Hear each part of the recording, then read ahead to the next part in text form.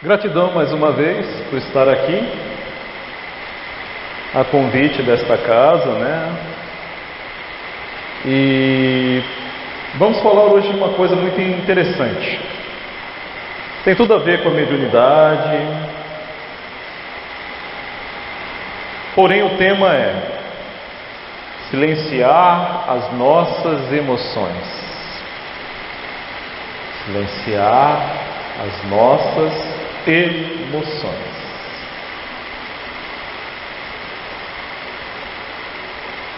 Vamos pensar um pouquinho que temos que esquecer tudo aquilo que nos atormenta nosso dia, colabora com o nosso desequilíbrio, com a nossa paz de espírito tão sonhada por todo médium espírita, né? Ou espiritista. Silenciar as nossas emoções quer dizer que nós temos que silenciar os nossos anseios, calar a busca desenfreada pelas nossas necessidades momentâneas, existenciais. Esquecer um pouquinho de tudo aquilo que envolve a nossa existência, seja no campo do trabalho, da nossa individualidade, na nossa rotina, no nosso relacionamento, na nossa família, no nosso trabalho. Silenciar nossas emoções significa entrar em sintonia com o Todo-Poderoso. Porque Deus fala conosco através do silêncio, do pensamento.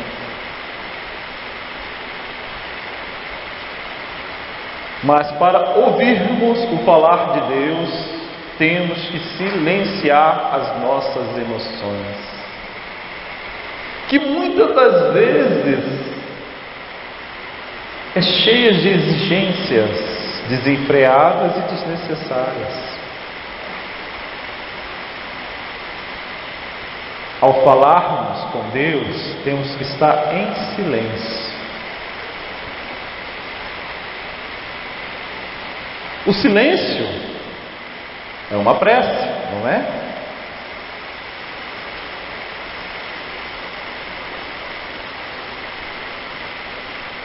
Também pode ser uma preocupação. Quando alguém está quieto, está em silêncio, pode estar pensando coisas ruins, ou está com medo de falar porque foi silenciado.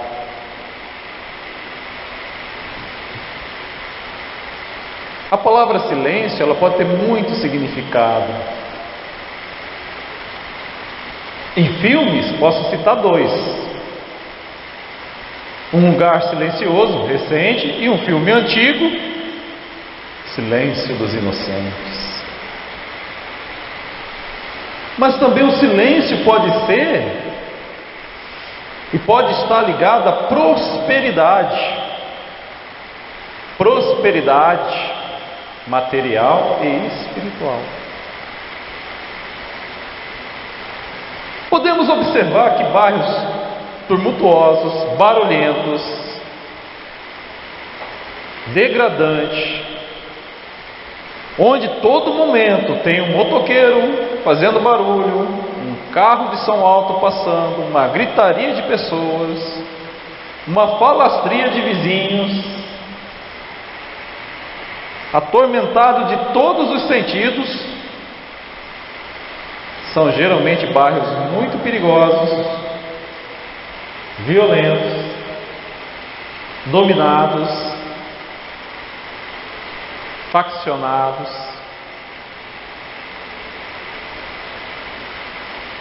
Aonde todo momento é noticiado operação policial, guerras entre facções, brigas entre dominantes, violência no lar, violência entre família, violência entre homens, violência entre mulheres, violência contra criança, violência contra idosos, violência contra os gêneros, porque esses bairros não silenciam suas emoções.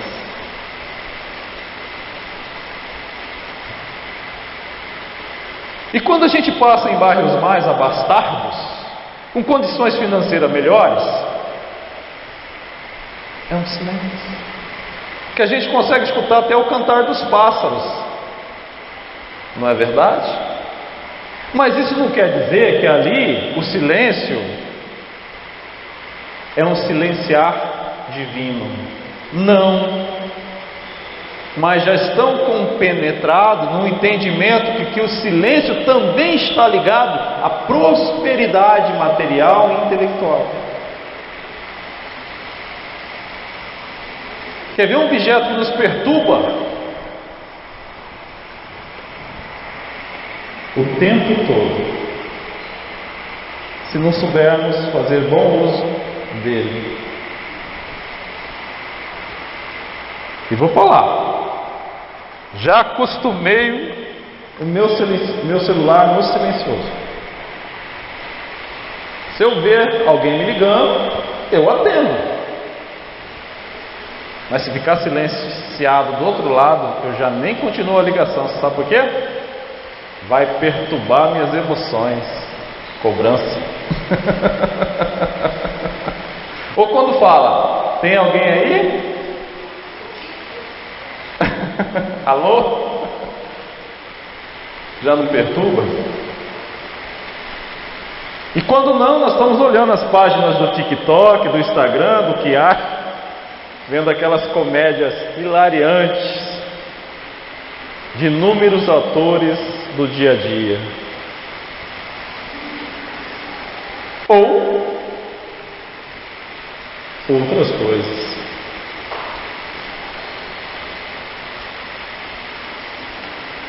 Ao olharmos sobre uma outra ótica do silêncio das emoções, São Francisco,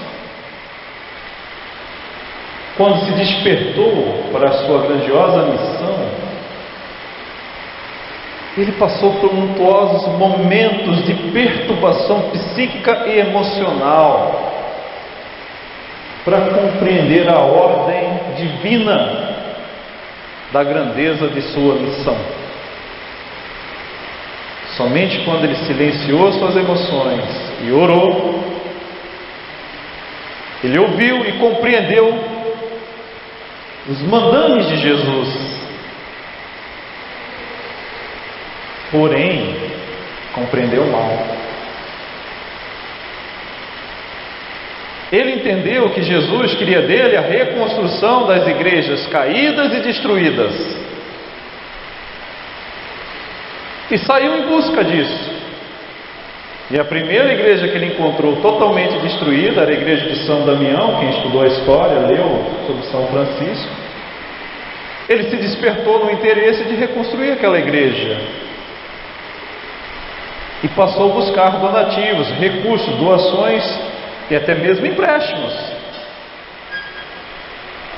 para que aquela igreja fosse reerguida e reconstruída e seu altar recolocado no seu divino lugar.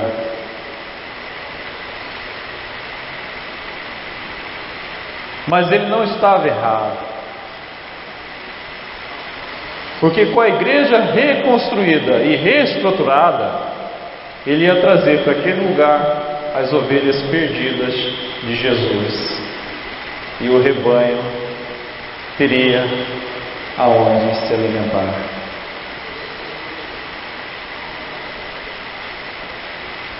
Às vezes temos que silenciar as nossas emoções e compreender o que Deus quer de cada um de nós.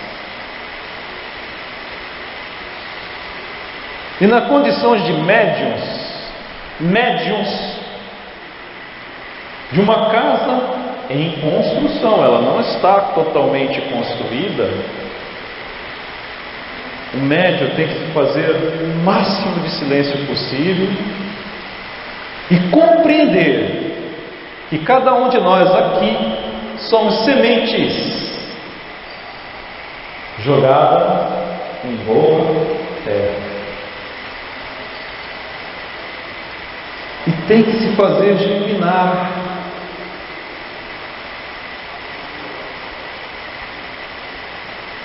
Fixar raízes e desenvolver. Crescer seus ramos, desenvolver seu tronco, expandi-lo e dar frutos.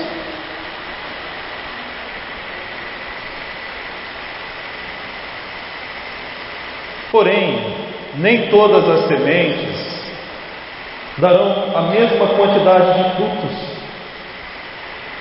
Todos nós aqui somos sementes, aliás, plantas em desenvolvimento,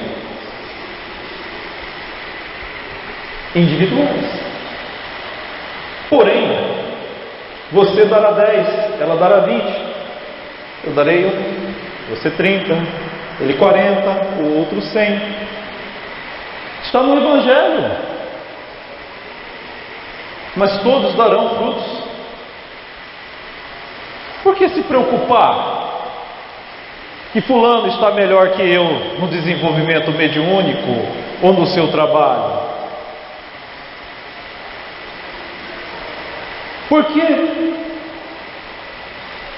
Se o meu fruto tem que ser saboroso, mesmo que eu dê aquele que vier se alimentar dele tem que sair satisfeito.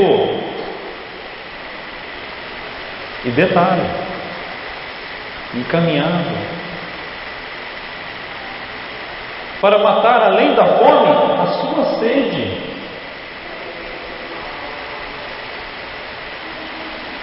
E quem é essa fonte de água pura e cristalina, aonde quem a bebe não sentirá mais sede? Quem é?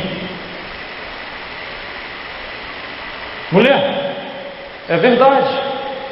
Quem beber dessa fonte do pai Jacó matará a sede, mas amanhã sentirá sede de novo. Mas a água que eu ofereço, quem beber dela nunca mais sentirá sede. De quem são essas palavras? De quem é? Jesus. Quando conversou com a mulher de Samaria. A mulher desprezada, a mulher esquecida.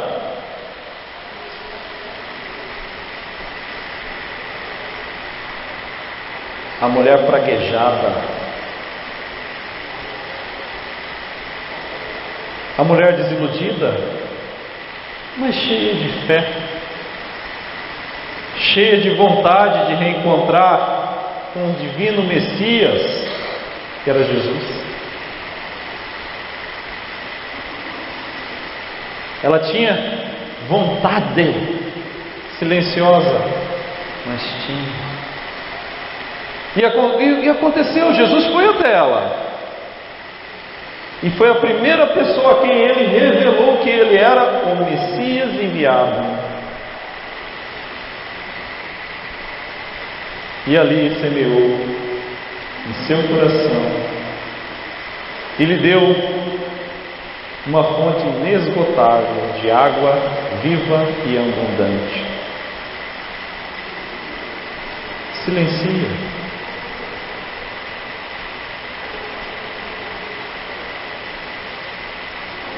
Até nos milagres, Jesus mandava: silêncio, não digas nada a ninguém. Tua fé te curou. Jesus não falava isso? E o que o povo fazia? Hosana, Hosana, Hosana. Isso aí ia contando. E esquecia de agradecer. Dos 10 leprosos que Jesus curou, só um voltou para agradecer. E detalhe, não era judeu, era samaritano. Que na doença não se importava a origem, né? Todos eles eram imundos. É assim, né? Quando estamos caídos, adoecidos, presos, destruídos, não importa a origem, somos todos iguais para o mundo.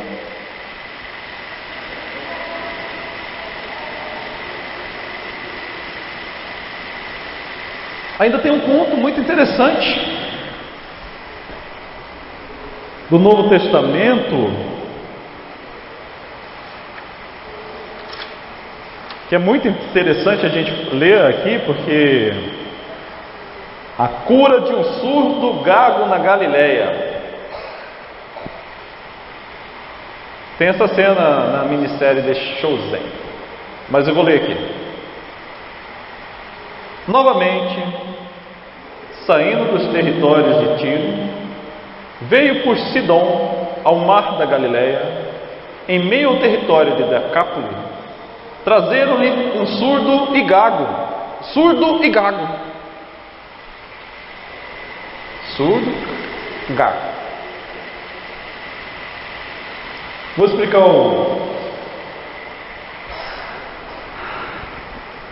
por que esse significado, por que essa frase. Mas vou terminar de ler.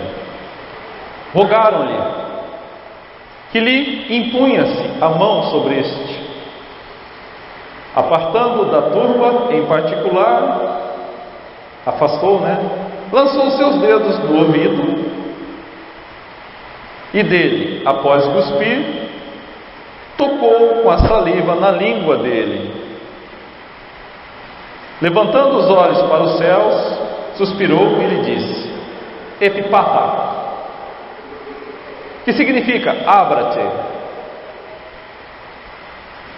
Imediatamente os seus ouvidos foram abertos, a ligadura da língua voltou à estrutura normal, foi solta e ele voltou a falar novamente.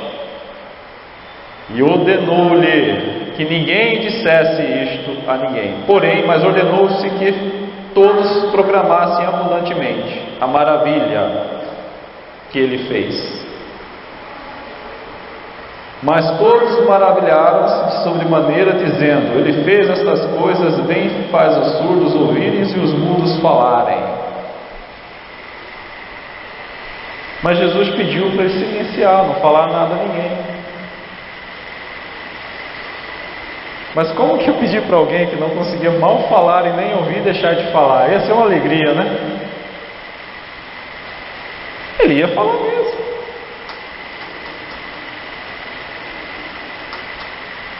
As coisas puramente espirituais e santas e nossas conquistas materiais, que é aquilo que nós necessitamos e precisamos, quando advém a nós, agradecemos ao Senhor, silenciamos a conquista e a aquisição, deixamos-a fluir, e nós não precisamos ficar aparecendo que conquistamos isso ou aquilo, porque toda honra e toda glória é a Jesus, não é a nós. Nós temos que ser um instrumento especial de Jesus. E às vezes eu fico escutando irmãos dizer: eu fiz isso, eu fiz aquilo, eu consegui isso. Eu e quem? Às vezes eu pergunto. Você e quem?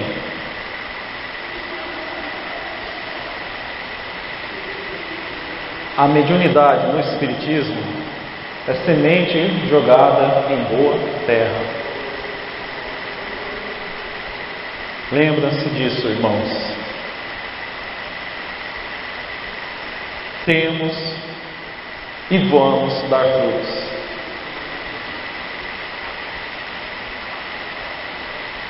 Nem todos darão 100. Nem todos produzirão 1000. Mas que dê um fruto saboroso e sacie a fome de quem tem sede, é mais uma semente que está sendo plantada num coração estéril, numa terra improdutiva, mas que vai alimentar aquilo que está faminto e vai aproximar esse necessitado, esse irmão, seja espiritual ou material, para Cristo. Nós não podemos esquecer dessas verdades.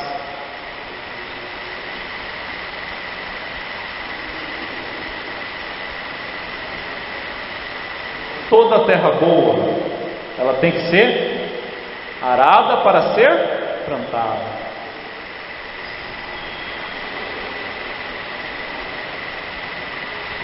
O arado, Yashuaha, é o Evangelho.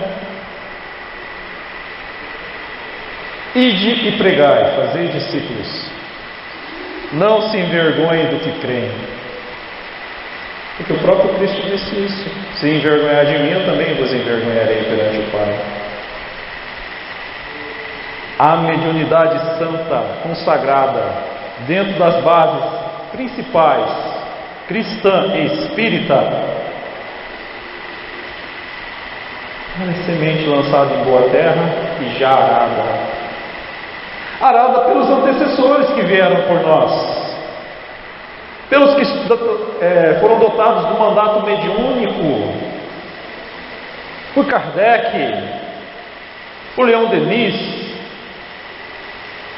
Saião, Martins Peralva, Chico Xavier, Divaldo, Haroldo.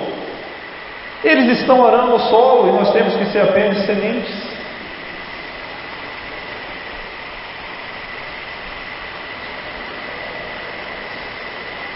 Para isso precisamos silenciar nossas emoções. Nós temos muitas emoções equivocadas.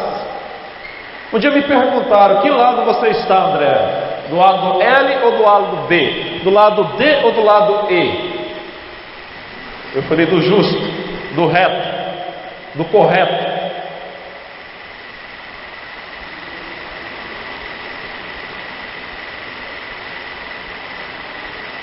Quem você segue? Jesus. Tem Instagram? Não. Tem Facebook? Não. Não quero seguidores. Siga Jesus. Pegue a choerra do conhecimento espírita e eduque. Ah, mas a doutrina espírita é ultrapassada, tem outras coisas acontecendo. Então me fala. Por favor, me diga, que eu quero conhecê-la.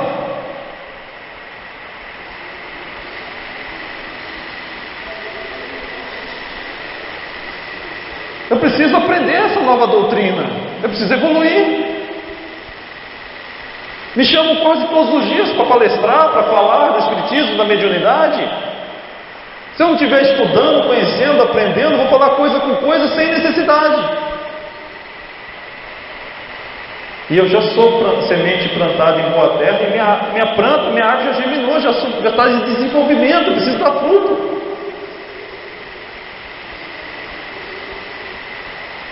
Ah, mas eu não gosto do espiritismo. É só estudo, é só silêncio. Tudo bem. Eu gosto da Umbanda, vou lá no terreiro, eu danço, eu giro, eu pego o caboclo, eu pego a pombagira, eu pego o preto velho, eu canto. Se isso te faz feliz, vá lá. Seja um bom bandista. Ah, se eu sou evangélico, eu não me sinto bem na igreja católica, seguindo os dogmas e suas exigências, mas eu adoro o louvor da igreja. Vá lá, seja um bom evangélico.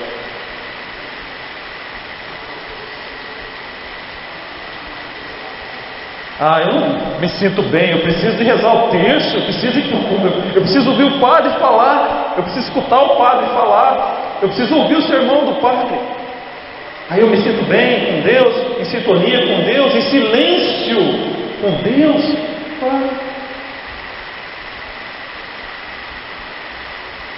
O Espiritismo não obriga ninguém a ficar.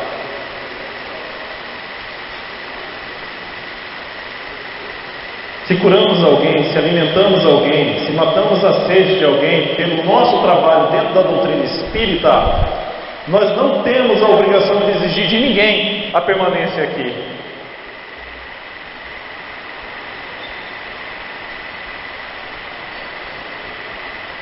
Não deixemos que o nosso cansaço moral e espiritual tome conta e nos entorpece a mente, como nos faz muitas das vezes o corpo físico. Para não atrapalhar a obra já consagrada da doutrina. Silenciemos as nossas emoções. Tenhamos convicção que não será fácil, mas também não é impossível. O Deus do impossível, esse Deus também está conosco, não é só na palavra, nem nas igrejas evangélicas. O Deus do impossível está aqui com a gente também.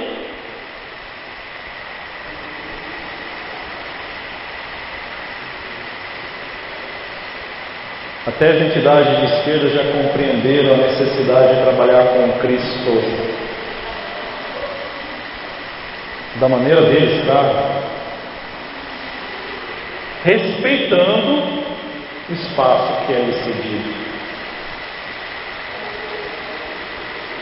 E o médium tem a obrigação de conhecer, de saber, de se compenetrar com a doutrina, com o conhecimento dos espíritos, para que quando a manifestação espiritual de qualquer entidade não seja exclusivamente dela, mas sim sob o controle do médium.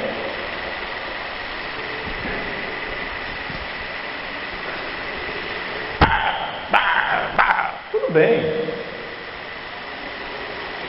Eu posso receber a entidade Exu Caveira, que quem recebe sabe que instala todos os ossos do caboclo, né? Mas ele vai vir que nem um espírito benfeitor de luz, respeitando a doutrina que lhe concede passagem. Ele virá.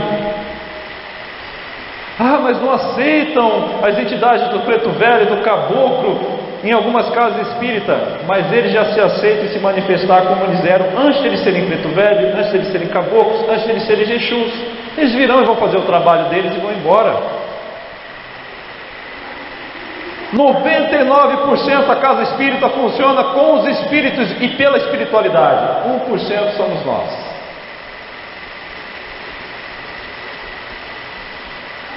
Porque se eles pudessem, eles se materializavam. E nós não estamos mais vivendo a era da matéria, é a era do espiritual. Há 2 séculos passados, os espíritos se materializavam para se manifestarem nos desenvolvimentos dos trabalhos mediúnicos, não é? Usando o ectoplasma do médium que lhe cedia. A gente tocava, nossa, é um espírito. Eles não vão fazer mais isso. Somos nós que temos que nos espiritualizar em vida, para continuarmos espiritualizados em morte. Essa é a nova era. A era do espírito. Porque a era da matéria acabou. Silenciamos as nossas emoções puramente materiais. Lembramos, como médios e medianeiros que somos instrumentos da vontade de Deus e do amor de nosso Cristo. Não iremos para o mundo espiritual materialmente falando. Temos que ir espiritualmente. Que assim seja.